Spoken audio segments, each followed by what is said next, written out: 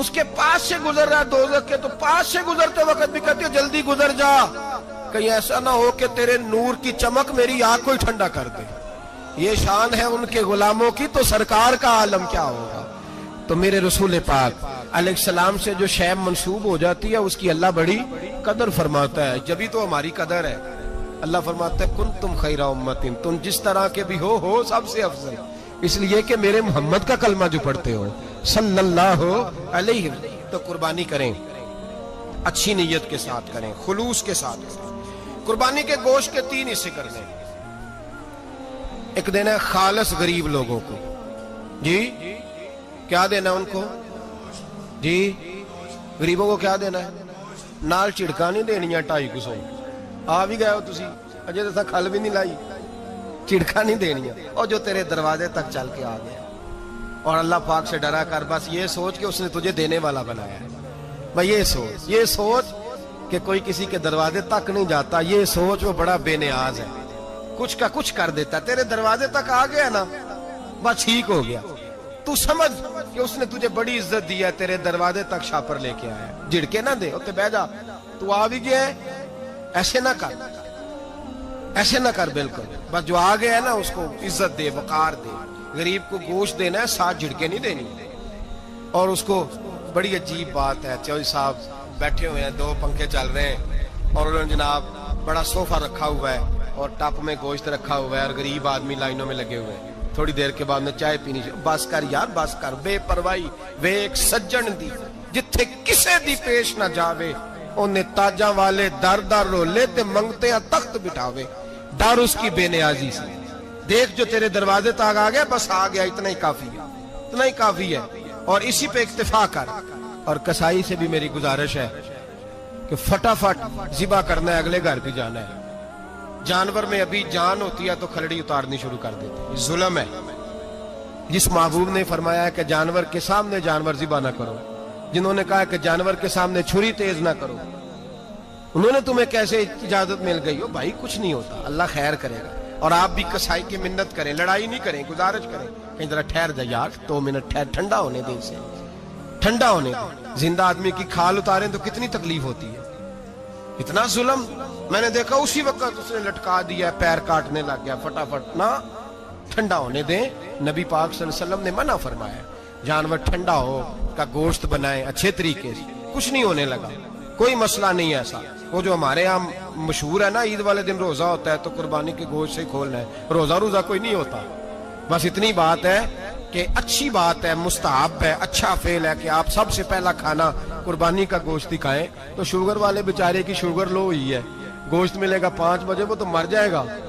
تو کوئی ضروری نہیں، وہ کھانا کھائے جو گھر میں موجود ہے، ناشتہ وہ کرے، کوئی ایسی بات نہیں، گوشت بن جائے تو وہ کھا لے، کوئی روزہ نہیں، عید والے دن کوئی روزہ نہیں ہوتا، یوم عرفہ کا روزہ